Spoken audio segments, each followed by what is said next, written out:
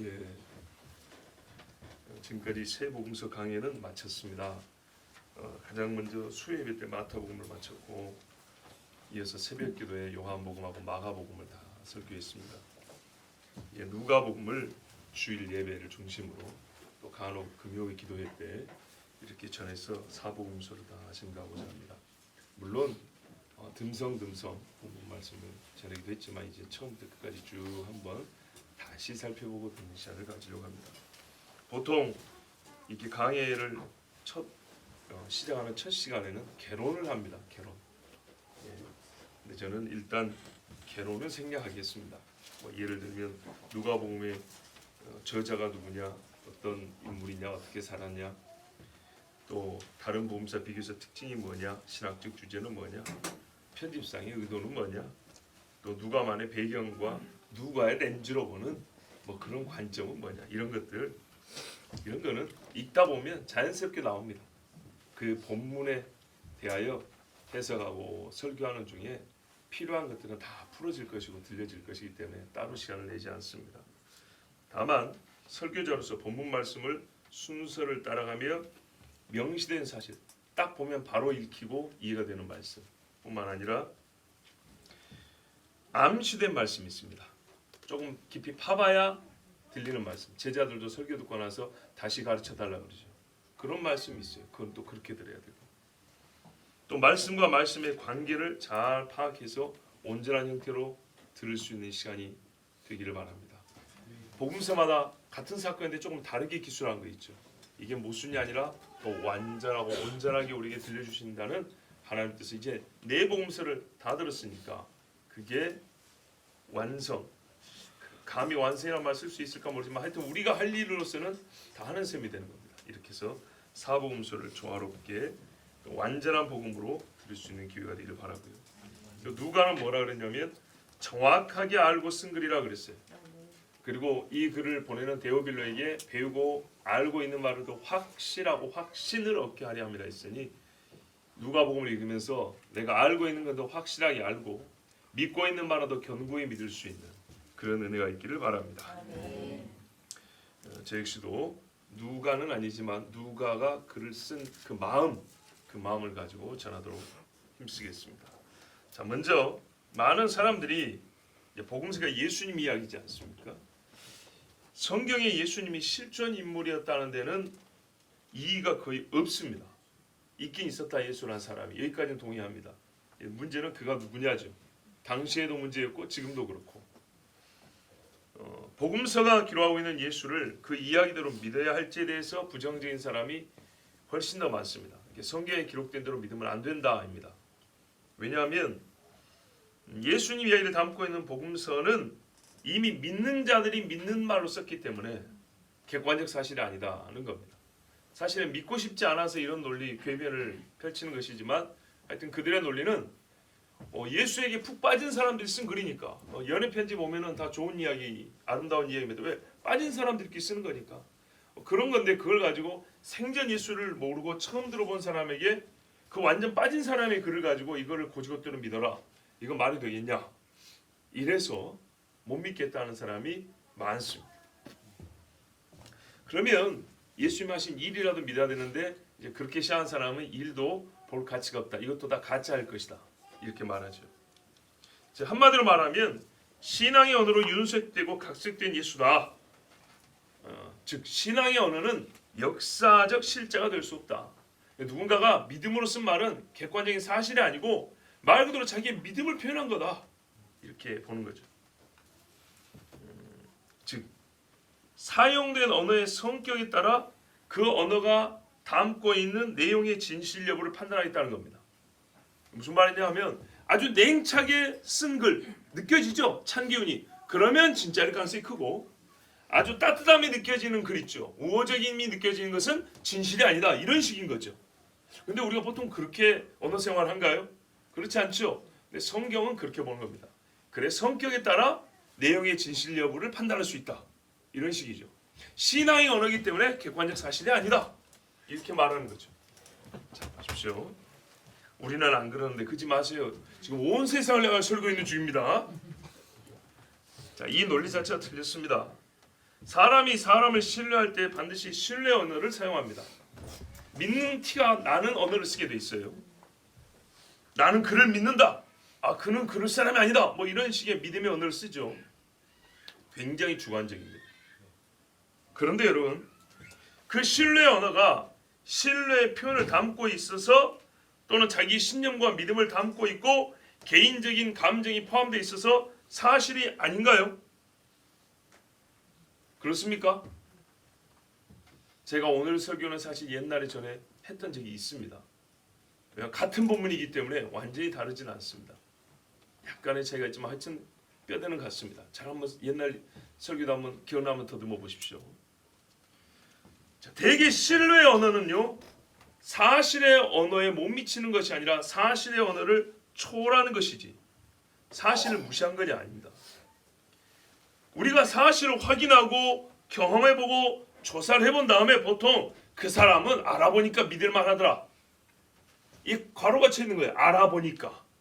이 부분을 보통 말을 안 해서 그렇지 이게 전제되어 있는 것들이에요. 그죠?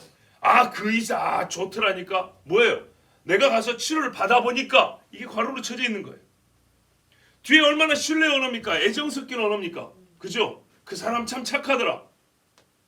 그냥 이렇게 감정적이고 신뢰의 언어니까 객관적 사실 아닙니까?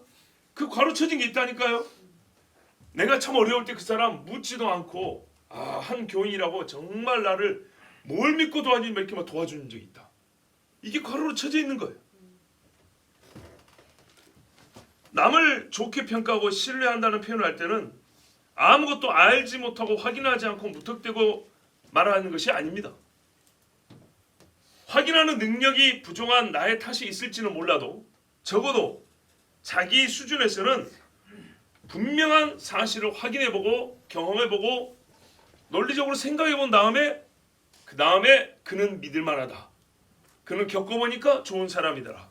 너도 그 사람한테 가서 배우라. 이런 식의 말을 하는 것입니다.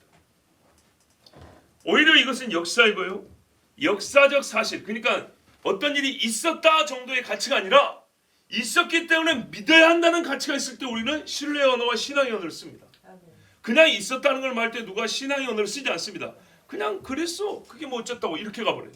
똑같이 있었지만 무가치한 것들은 무심히 넘겨버리고 가치 있는 것들은 마음에 담아둡니다.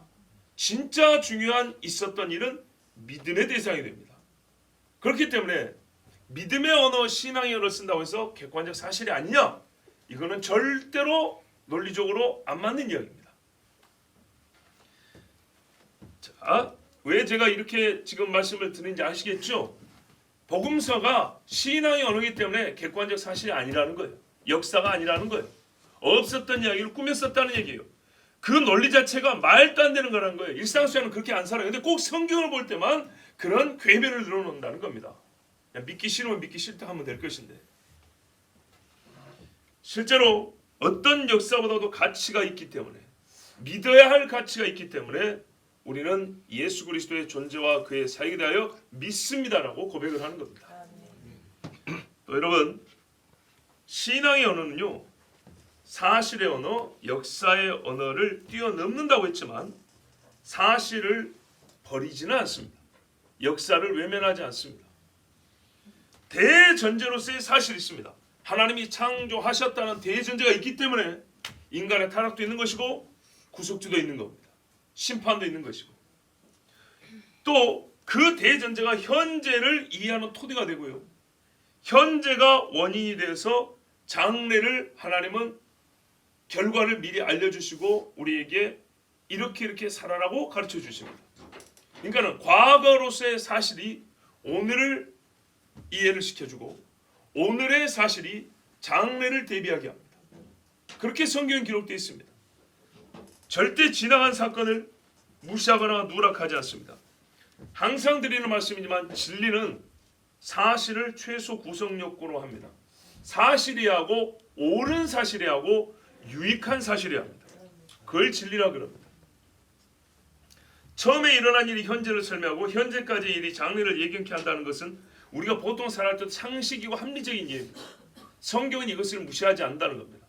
과거에 다윗이 어떻게 해서 그 집이 어떻게 됐고 이런 식으로 말씀하는 화법을 항상 주님이 일관성 있게 쓰고 계십니다.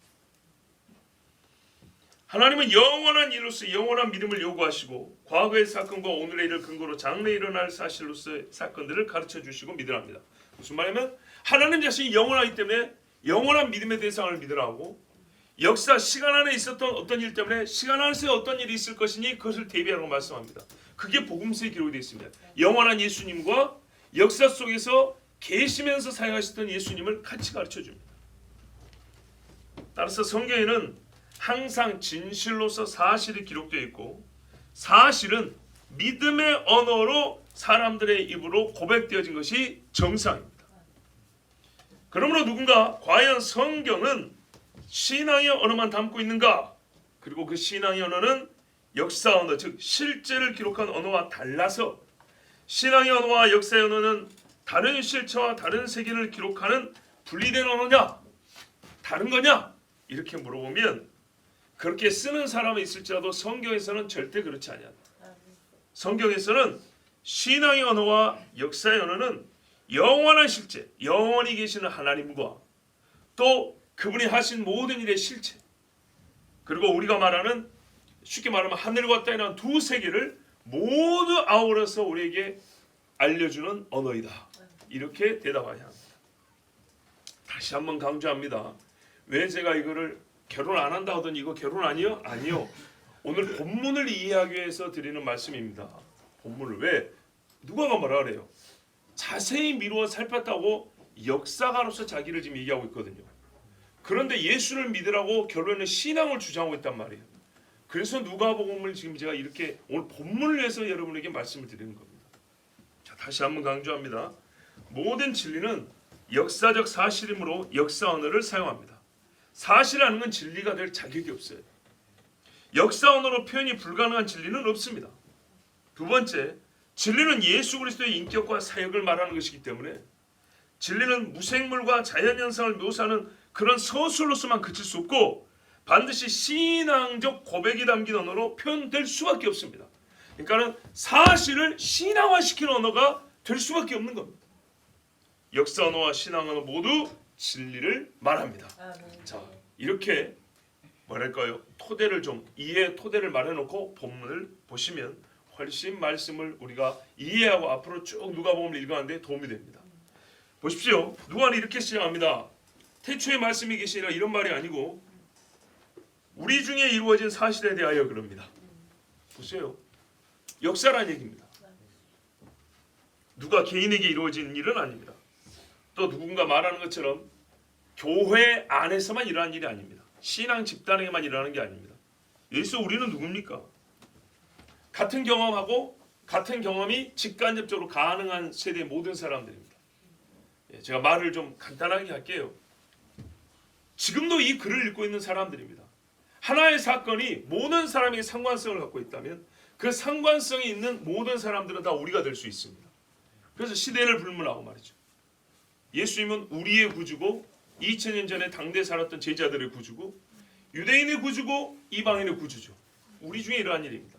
당시 세기만 하더라도 적어도 유대 사회에서 유대가 로마의 속국이었기 때문에 로마 세계 안에서 일어났기 때문에 아무도 모를 수가 없는 일이라는 겁니다. 객관적 사실입니다. 이스라엘과 로마 그리고 온 세상 2000년 전과 오늘까지 예수님 다시 오실 때까지 모든 이 성경의 이야기를 접할 수 있는 사람이라면 다 우리에 해당합니다. 그래서 예수님이 부활한 다음에 엠마오 마을로 가던 두 제자가 있었잖아요. 예수님이 그들 옆에 가면서 어디 가냐고 이제 물어보니까 참 우리가 예수를 따랐는데 그 사람이 죽어버렸다 하니까는 그 무슨 이야기냐 그래. 당신이 어떻게 예루살렘에 살아있어 체류하면서도 이 요즘 거기서 된 일을 혼자 모르냐? 이렇게 오히려 예수님 책망했어요. 그래요. 성경이 몇 권인데 도대체 예수를 들어본 적이 없단 말이냐? 항상 사람들이 그 이야기 하더라고요. 진리를 거부하는 이유 중에 하나 뭐냐면 진리와 비진리 또 거기다는 책임이 있잖아요. 그러면 저 아프리카 오지 사람들은 예수를 들어보지 못했는데 어떻게 할 거냐고.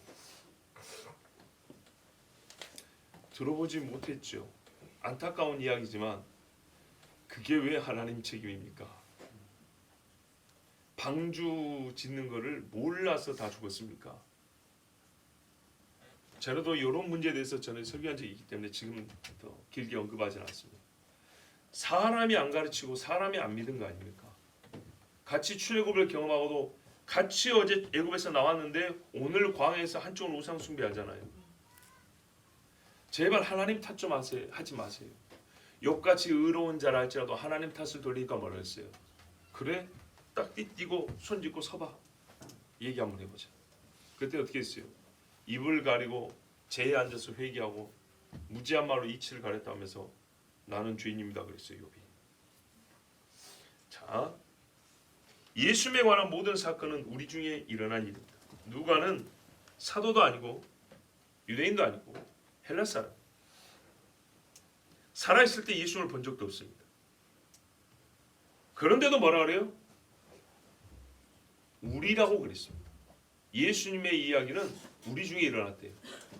몇 년만 빨리 예수님을 만났어도 예수님을 직접 본 적이 있었을 것이고 성지순례만 좀 일찍 갔어도 아직 피 묻어 있는 십자가를 한번 만져보기라 했을 거고 무덤문이라도 한번 들어가 봤을 건데 그런 경험이 없어요.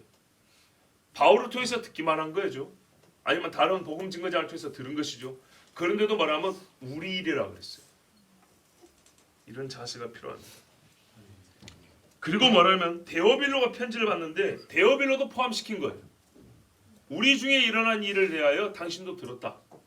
그리고 더 확실하게 하려고 쓴다 그랬으니 데오빌로 이 사람은 헬라식으로 말하면 신을 사랑하는 사람인데 물론 이 사람이 하나님을 사랑했다는 뜻인지 이 방신을 사랑했다는 뜻인지 알 수가 없어요. 그냥 문자적 뜻이 그래요.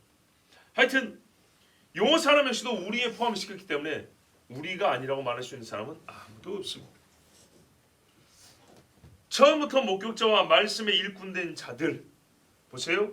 복음은요 예수님 이야기는요 이 땅에서 시작될 때부터 목격자가 있었어요. 그렇죠. 하나님이 얼마나 다양한 계층과 부류의 사람들을 목격자로 예수님의 탄생 자리에 데려다 놨습니까? 천사가 얼마나 크게 나팔을 불었습니까? 또 말씀에 일꾼된 자들이 예수님에 의해서 세워졌어요. 12명의 제자들이 세워졌죠. 많은 그의 버금가는 제자들이 또 있었다 했습니다. 사도라 부른 이는 12명이었지만 함께 복음의 시작부터 동행한 사람들이 있었고 그래서 나중에 유다 대신 마띠아도 뽑혔고요. 갈릴리에서 온 여인들도 있었고요. 마가의 다락방에 120명은 사도하고 크게 다르지 않습니다. 자, 이런 사람들이 전하였대요. 많은 사람들이 자기가 겪은 일을 전했대요. 그런데 밋밋하고 냉랭하게 전했을까요? 아니죠. 불받은 사람들이 불로 전했겠죠. 그러니까요. 사실과 신앙은 분리될 수가 없고 같이 가는 겁니다. 우리가 뭡니까? 물건을 선전하는 게 아니에요. 인격을 말할 때는 그 말의 객관적 사실과 인격이 묻어나가죠. 더 진하게 묻어나가죠. 그런 것처럼 예수님에 대한 말씀은 하나님의 영감이 함께 묻어나갈 수밖에 없는 겁니다. 그렇지 않고 복음을 전하면 증거가 되지가 않습니다. 자, 이 말씀을 전하여 주니까 그대로 내력을 저술하려고 붓을 든 사람이 많대요. 자, 꿈에 쓴 이야기 아니죠. 무슨 동굴에서 일어난 일도 아니고 시골 마을에서 일어난 것도 아니고 이름도 없는 등장인물들이 아니에요. 빌라도, 헤롯 대왕에서 헤롯 안티파스 그 아들까지, 그렇죠? 대제사장 가야바, 안나스, 당대 거물들이 다 등장했는데 이걸 어떻게 꿈에 쓸 수가 있습니까? 만약에 꿈에 썼다면 그때 당시에 이미 이 이야기는 거짓말하고 소문이 금세 났을 겁니다. 우리가 고대 역사가들, 고대 역사를 연구하는 역사가들은요, 이 말이 이 사건이 사실이냐를 연구할 때 보통 5가지 증거를 찾는답니다. 우리가 이 땅에서도요, 어떤 사람을 찾으려고 하면 5가지만 하면 되게 찾을 수 있습니다. 국적, 도나 도시, 그죠? 그 다음에 조금 더 세밀한 주소, 이름, 생년월일. 요래면 못 찾을 사람 없어요. 실종된 사람 아니고서는. 보통 요 5가지면 사람을 찾습니다. 무슨 말인지 이해되시죠? 그것처럼 역사적 사건이 라고 기록이 되어 있는데 진짜야 가짜냐를 확인하는데 보통 5가지 정도의 증거를 요구한답니다. 예수님에 대한 증거는 훨씬 더 많죠. 그래서 실존성을 부인하는 사람은 없다는 겁니다. 그러면 예수님이 하나님이자 사람이라는 증거도 5가지만 될까요? 어마어마하게 많죠. 근데 그것을 눈으로 보고도 인정하는 순간 믿어야 되기 때문에 예수님 당시 사람들도 그 증거를 못 믿겠다는 거예요. 왜냐하면 증거를 인정하면 예수를 인정해야 되니까. 사실 지금 사람들도 그래서 성경을 읽지도 아니하고 애시당초부터 신앙이 오니까 이거는 역사가 아니야 라고 이런 궤변을 말하는 겁니다. 자, 이 5가지 증거 중에 물적 증거 못지않게 중요한 게 뭐냐면 증인입니다. 증인. 과학수사라는 형사들도 사건 현장에서 맨 처음 찾는 게 뭐죠? 크게 2가지입니다. 결정적 증거와 증인입니다. 증인은 그렇게 중요합니다. 증인이 있으면 거의 확신을 합니다. 그래서 성경은요, 증인들의 증언집입니다. 사실을 보고 듣고 체험한 사람들이 쓴 글입니다. 목격자예요. 목격자. 사건을 지각만 한 게 아니라 그 사건을 진술한 사람들입니다. 기억하고 진술한 사람들. 자, 목격자가 있는데 많다 그랬죠. 많은 목격자는 진술이 약간씩 다를 수 있습니다. 그런데 그 다르다는 것은 거짓말하는 것이 아니라 사실하는 증거입니다. 오히려 실제로 그렇습니다. 왜냐? 오늘 우리가 예배드린 것도 각자 이 이야기를 집에 와서 글로 써가지고 다음 주에 가져오면 똑같은 글이 있을까 없을까요? 있으면 뭐라 그래요? 둘이 부르죠. 누가 뵙겠냐 그러죠. 그렇죠? 똑같은 글은 없습니다. 그러나 똑같은 사건은 기록되어 있습니다. 주안점은 다릅니다. 누가 예배를 얼마나 주님 앞에 열심히 드렸냐를 중심으로 쓴 사람도 있어요. 그럼 그 사람은요, 나머지 거는 안 쓸 수도 있습니다. 없어서가 아니라 별로 중요하지 않기 때문에. 어떤 사람은 이거는 아마 다른 교인들이 다 썼을 것 같아. 나는 남들이 안 쓴 거 좀 써봐야 되겠다. 이것도 남길 필요가 있거든. 그래서 어떻게 해요? 사사로운 것들, 소품 같은 것들 막 쓸 수 있죠. 오늘 여기 성찬식 하는데 이 덮개가 어떻게 놓여 있었다. 뭐 이런 것들 있죠. 뭐 어제 청소했는데 야 어디가 깨끗하더라. 이런 것도 쓸 수 있겠죠. 자, 이런 것은요, 틀린 이야기가 아니라 사실인데 다르게 쓴 겁니다. 또 똑같은 사실을 쓰지만 조금 다르게 말할 수도 있겠죠. 여러분이 지금 다 나를 보고 있습니다. 저를 보고 있습니다. 그렇죠? 제 외모를 지금 다 보고 있고 설교하는 것을 지금 듣고 있습니다.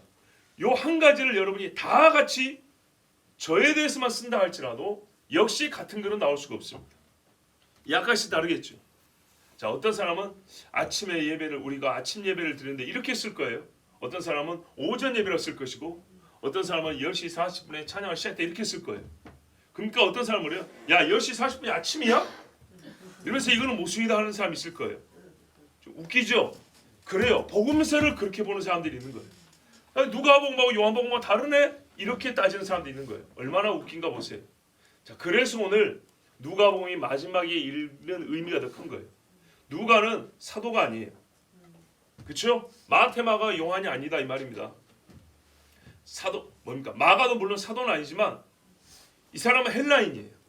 그러니까는 굳이 말하자면 예수님으로부터 지리적으로 가장 먼 사람, 혈통적으로 가장 먼 사람이에요. 그래서 가장 객관적으로 쓸 수 있는 사람이고 자기 성품과 성향상 가장 자세하게 썼어요. 그래서 다른 복음서를 읽고 누가복음을 보면 오히려 약간의 우리가 빈틈이라고 느껴지는 부분들을 메꿀 수 있어요. 그런데 그렇게 생각할 수도 있는데 실제로 누가복음을 뭐라고 말하냐면 나는 자세히 미루어 살펴서 썼다라고 말을 하니 얼마나 이게 우리가 복음서를 이해하는 데 도움이 되고 혹이라도 생겼다면 그 빈틈을 메꾸기에 좋고 조금이라도 모순이라고 느꼈다면 그거를 자연스럽게 이어가는데 바르게 이해하는 데 도움이 되겠습니까? 자, 일단 목격자들의 글을 아니 말을 듣고 썼다 그랬습니다. 증언집입니다. 그 다음에 이 말씀에 일꾼된 자들의 말을 들은 다음에 어떻게 했냐? 내가 살피고 찾고 조사했다 그랬어요. 맞습니까? 자신의 들은 이야기를 그냥 무턱대고 그냥 그대로 받아 쓴 게 아니고 베껴 쓴 게 아니라 부지런히 찾아가고 연구했다는 얘기입니다. 그러니까는 상당히 양심적인 역사라는 걸 알 수 있죠. 확인해 보고 맞는 것만 썼다는 얘기입니다.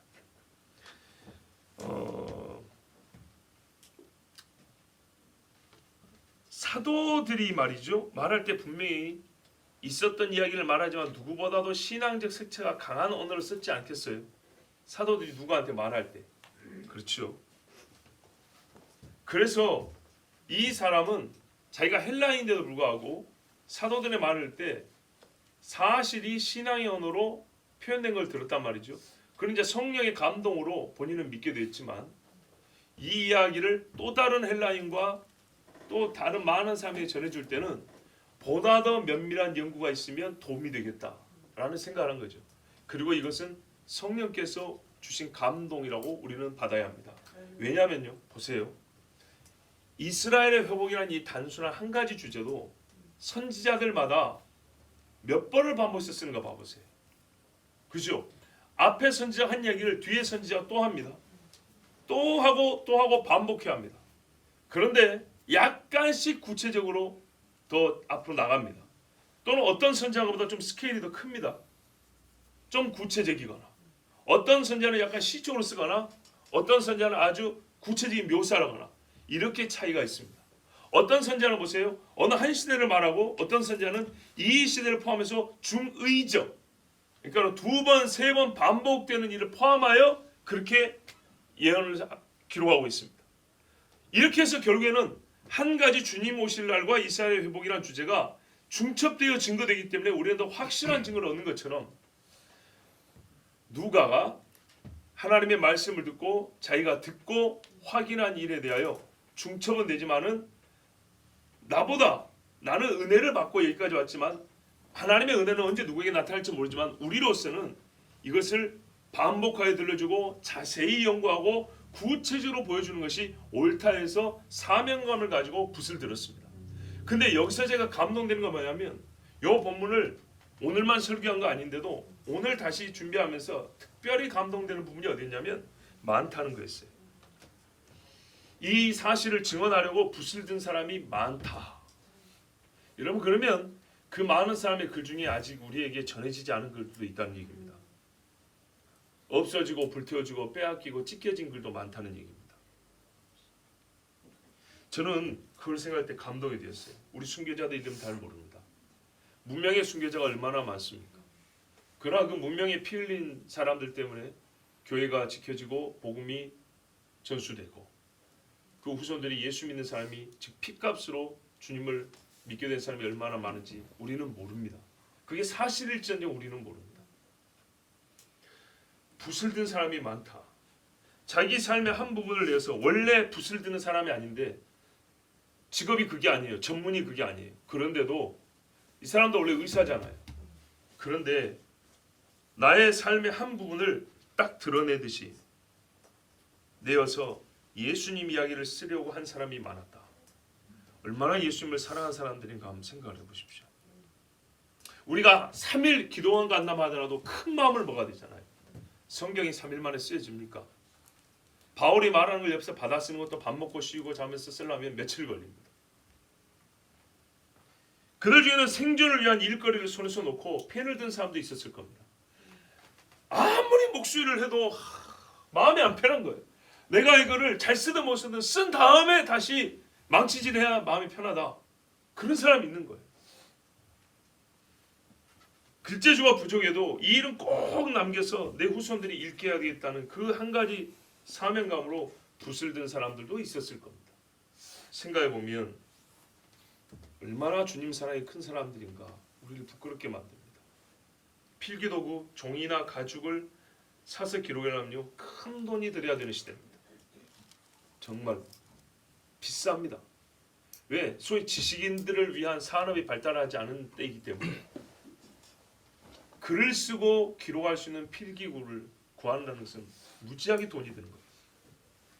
그런데도 불구하고 다른 쓸 것을 줄이고 양식 살 돈마저 아껴서 하나님의 아들이 우리 곁에 있었던 그 일을 기록하려고 붓을 든 사람이 많았다. 그리고요, 그냥 쓸 수 있나요?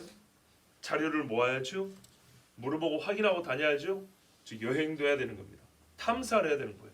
그 경비. 중간에 예수 미워하는 사람들 만나면 따가운 눈초리나 또는 핍박을 감수하면서까지 내가 뭘 얻겠다고 이걸 쓰고 있냐. 우리는 이런 말도 할 수 있지만 그냥 예수 이야기 글 몇 줄 남기는데도 매맞는 것을 각오하고 나는 써야겠다. 이런 사람들. 여러분 이런 사람들이 많았답니다. 그들의 이야기를 그들의 삶을 우리가 상상을 한번 몇 분만 해보면 얼마나 감동적인지 모릅니다. 그리고 우리 스스로가 참 부끄러워지죠. 많았다. 우리에게는 어떤 사람이 많은가? 나에게는 어떤 생각이 많은가를 한번 생각을 해보십시오. 코로나 이후에 믿음이 커진 사람이 많은가?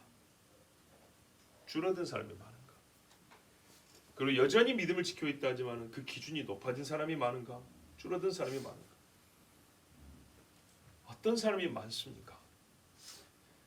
당대에 예수 믿는 사람의 비율로 보면 1%가 될까요? 0.1%가 될까요? 유대 안에서도.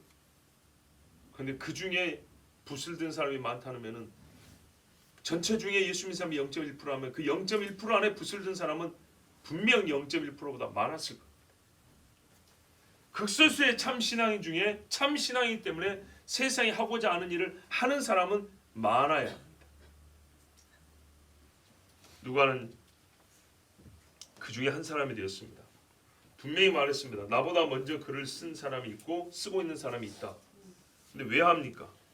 왜 한 권의 책을 더 씁니까? 중요하기 때문에. 너무나 중요하기 때문에 다른 사람이 이미 하고 있는 일이지만 나도 한 번 더 해도 내가 한 권을 더 쓴다 해도 이거는 잘못이도 아니고 무가치한 일도 아니다. 그런 확신이 있기 때문에 썼습니다. 그리고 나 말고도 쓴 사람이 많이 있기 때문에 내 글이 틀렸는지 맞았는지는 그 사람들의 글과 한번 비교 대조해 봐라 라는 확신, 자신감도 은연중에 비춰주고 있습니다. 보십시오. 그 모든 일을 근원부터 자세히 미루어 살핀 나도 믿는 말을 확인하기 시작했습니다. 본인도 수고를 엄청나게 했어요. 헬라의 지식인이요 의사로 역사가로서 그의 책임을 다했습니다. 그 사람은요 나름대로 우리가 객관적으로 보는 거 말하면 헬라 교육을 받은 사람이에요. 그러니까는 유대식 사고방식이 아니라 헬라식 사고방식으로 학문을 연구하고 사실을 조사하고 글쓰기를 해도 결과는 저 유대인이 쓴 거와 똑같다고 말입니다. 이게 얼마나 놀라운 사건입니까? 헬라적 신념과 사고방식과 학문 세계를 통째로 뒤엎을 수 있을 만한 일에 대하여 그는 조사했고 실제로 헬라를 초월하고 유대를 초월한 온 세상의 진리를 그 역시 우리에게 남겨줄 수 있었습니다. 그 모든 일을 그로부터 자세히 미루어 살폈다 해서 알 수 있듯이 다시 확인해 봤습니다. 이미 믿는 말을 다시 확인해 봤습니다. 우리도 그런 일이 필요합니다. 우리가 가끔 제가 그러잖아요. 말씀 공부합시다. 또 연구 좀 합시다 하면 다 아는 건데 그런 태도는 사도들의 태도가 아니고 성경 기록자들의 태도가 아니에요. 선지자들이 앞선 선지자들이 다 얘기한 거라니까요. 그래요. 조금 더 말하면 그건 하나님의 태도가 아니에요. 하나님이 해준 이야기를 얘가 죽고 나면 그 다음에 일어난 사람한테 또 불러가지고 얘기해 줍니다. 그렇지요. 예. 또 이 선지자가 죽고 나면 이사야한테 했던 말을 예레미야한테 해주고 예레미야 죽고 나면 나중에 에스겔 다니엘한테 해주고 그죠? 저기 가면 스가랴 말라기한테 해줍니다. 하나님이 그렇게 반복해서 들려줍니다. 이 세대 사람들도 누가 같이 우리가 들은 바를 다시 한번 보고 자세히 듣고 예수 믿는 자세를 조금 더 바로 했으면 좋겠어요. 다 들은 거다. 다 안다. 그렇지 않아요. 절대 그렇지 않아요. 누가복음은요. 다른 복음서, 즉 예수님을 직접 보고 함께 살았던 사도들이 쓴 복음서보다 실제로 내용 면에서 더 자세하고 증거와 자료 면에서 더 풍성합니다. 왜? 자세히 살폈기 때문에. 그러니까는 다른 사도들은 옆에서 직접 경험했고 가까운 지근거리에서 경험하고 본 사람들이에요. 누가는 그렇지는 못했어요. 그렇지만 그렇지 못했기 때문에 더 가서 살펴보고 다시 확인해 보세요. 즉 그들은 한 번 경험했기 때문에 두 번 안 갈 일도 있지만 누가는 두 번 가고 세 번 가고 미심쩍으로 한 번 더 가고 이런 식으로 해서 더 자세히 살폈다는 거예요. 자, 누가가 증거와 자료를 찾고 분석하고 정리하고 기록하는 능력 역시 상당한 수준입니다. 역시 하나님의 영이 도우신 겁니다. 그 앤서니 플루라고 있어요. 이 사람이 무신론자였는데 자칭 유신론자가 됐다 그래요. 자기 스스로는 기독교에 되었다는데 제가 보기에는 기독교는 아니고요. 유사 기독교인 정도는 된 것 같은데 유명한 사람입니다. 근데 그 사람은 뭐라 했냐면 사도 바울의 역사성과 그의 지성인으로서의 양심과 그가 경험한 신앙 체험에 대하여 그 앤서니 플루가 인정했는데 그 사도 바울을 처음 소개한 사람이 누가다 이렇게 말했어요. 이게 무슨 말이냐면 사도 바울의 글을 보면 역사적인 인물이라는 걸 알 수가 있고 그의 말은 굉장히 진정성 있는 말이다. 그러니까 바울이 말한 예수는 어느 정도 믿을만하다라고 무신론자 이런 말을 했어요. 그러면서 말하면 그러면 그 사도 바울은 누가 소개했냐 했더니 누가가 소개했다 그랬어요.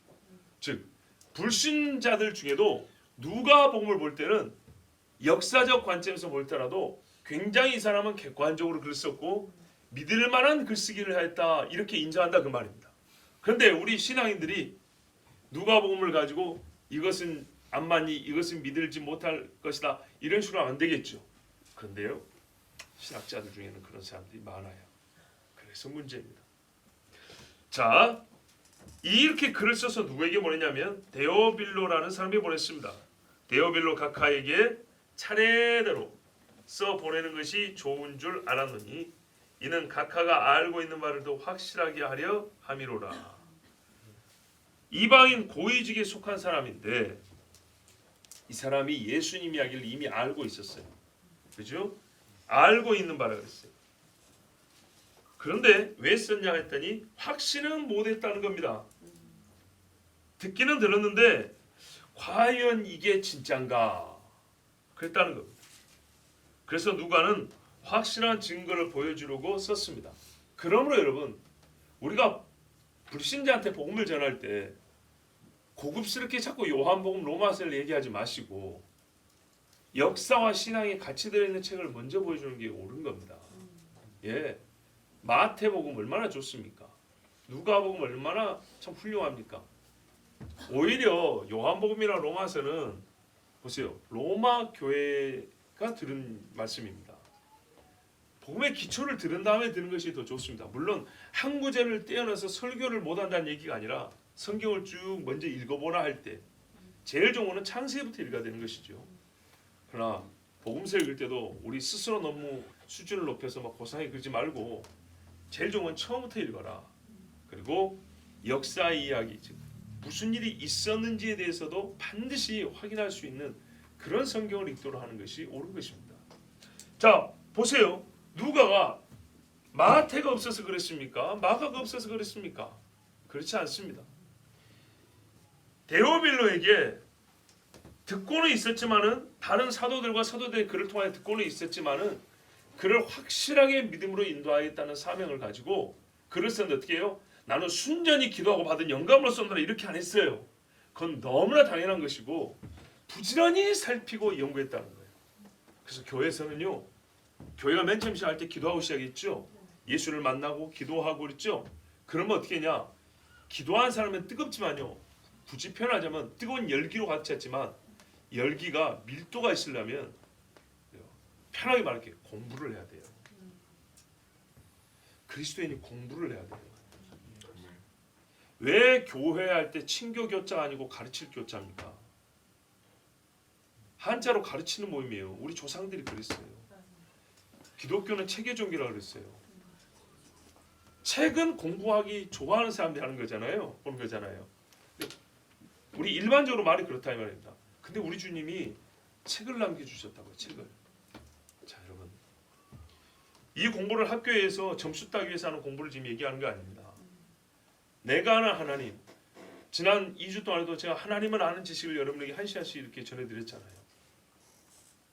이것은 우리의 본분이고 우리의 즐거움입니다. 하나님을 알아가는 즐거움을 뺏기면 안 됩니다.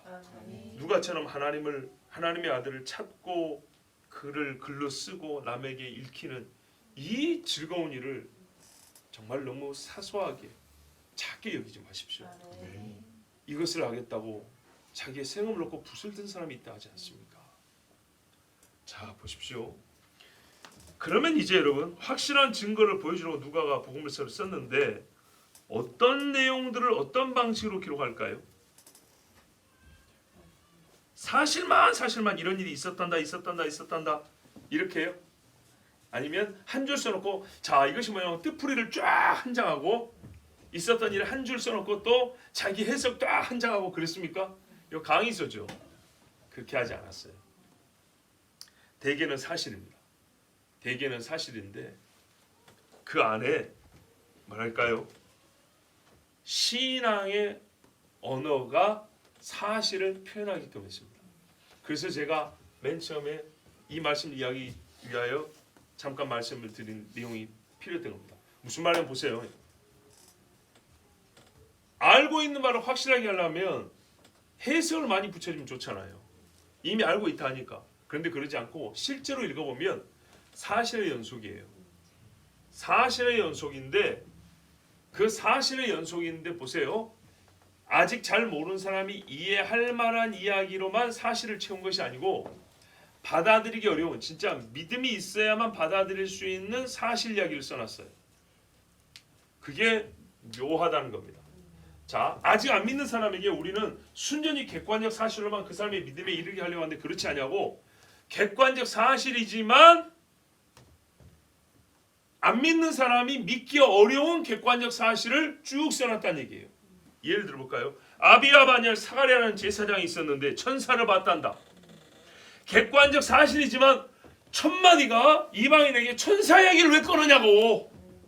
그렇죠? 우리가 처음 전도할 때 아니 처음부터 왜 헌금 이야기를 꺼내냐고 그런 것처럼 무슨 천사 이야기를 꺼내고 노인들이 아기를 못 낳는데 뭐 천사가 와서 내년 이맘때에 아들이 있을 거라고 못 믿으니까 입을 다물고 말을 못하게 하고 뭐 또 천사 와가지고 처녀한테 애가 있을 거라 그래가지고 뭐 그 말구유에다 애를 눕혔다는데 뭐하러 이런 이야기부터 하냐고요. 근데 이게 사실이죠. 사실이지만 불신자에게 우리는 이런 이야기를 빼고 얘기하고 싶어요. 근데 누가는 그렇게 하지 않았어요. 자 보세요. 자세히 미루어 살핀 역사가적 면모를 갖고 있고 이방인에게 글을 쓰지만 그래서 사실과 사실을 묶어서 객관적 증거만 짜잔 보여주고 이제 이 객관적 증거가 가리키는 결론은 뭐예요? 예수가 있었다는 얘기지. 예수가 신한 얘기지. 그로부터 지금부터 이제 영이 임해서 믿어 이게 아니고요. 처음에 언어부터 객관적 사실에 영이 내린 영감 있는 그런 사실의 이야기를 쓰기 시작했다는 겁니다. 이렇게 복음서는 쓰여졌어요. 그리고 우리가 전도의 말은 이렇게 하는 겁니다. 이 사람이 이 말하면 좀 부담스러울 것 같아. 이거 싹 빼버리면 뭐가 되는지 압니까? 그럼 당신은 전도자가 아니고 역사가 정도.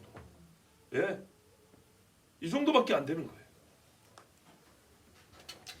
자, 여러분 단순히 어떤 사실을 전달한다고만 해서 신앙을 가질 수 있다고 믿었다면 신앙을 형성하기 위해 어떤 일이 일어나는지 그 사실관계만 안다면 무조건 신앙을 가질 수 있다. 이렇게 생각했다면 이렇게 신비스럽고 초월적이고 종교적인 냄새가 풀풀 풍기는 내용의 글을 썼겠습니까?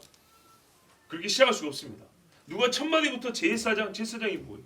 천사가 뭐예요?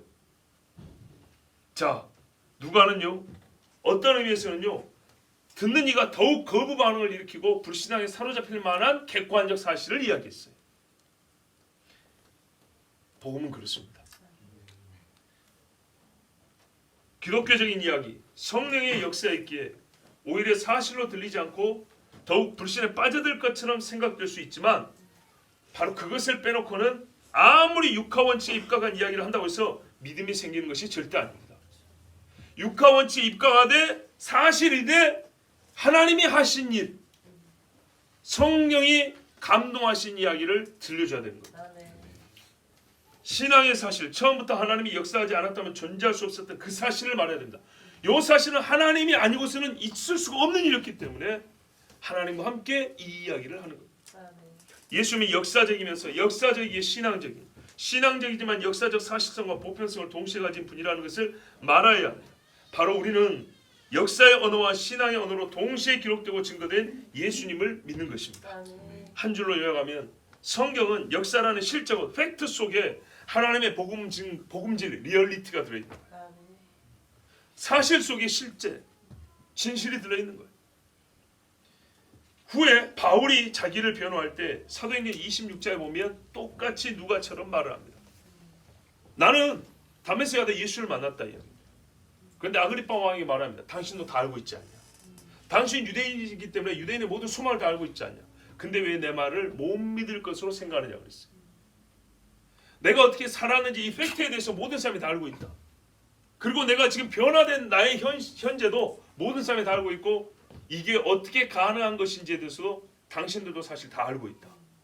그런데 여기에 예수라는 실제를 집어넣으니까 당신들은 못 믿을 이야기로 여기고 있다.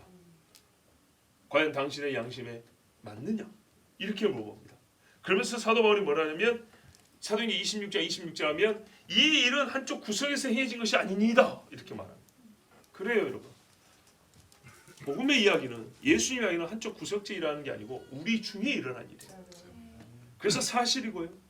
그래서 믿어야 되는 이야기예요. 그리고 이 이야기를 할 때는 신앙의 역사 속에 역사가 신앙의 언어로 기록되는 것이 맞는 것입니다. 그렇게 기록된 언어를 전도할 때는 순전히 개인의 체험과 신앙의 언어로만 또는 이 사람이 학자고 굉장히 논리적인 사람이기 때문에 논리로만 증거로만 이렇게 증거하면 되겠지라는 생각은 잘못된 것입니다. 진리가 두 언어, 그 신앙 언어와 역사 언어로 말합니다. 역사 언어로 말하기 때문에 못 들었다 하는 이가 없어야 합니다. 신앙 언어로 말하기 때문에 믿지 못할 말이로다 하는 이가 없어야 합니다. 못 들었다면 그 사람의 귀가 막힌 것이고 못 믿겠다면 그 사람의 마음이 완악한 때문입니다. 오늘부터 우리는요 누가와 같이 우리 중에 일어난 일을 자세히 미루어 살펴보는 신자가 되기로 합니다. 누가복음을 그렇게 썼기 때문에 우리도 누가와 같은 마음과 자세로 누가복음을 읽습니다. 누가가 말한 우리 속에 나를 집어넣고 이 복음이 이 땅에서 다 성취될 때까지 빠져나오지 않기로 합시다. 누가가 많은 붓을 든 사람이 있었다 했습니다. 그럼에도 자기도 붓을 들었다. 이 사실이 얼마나 감동적입니까?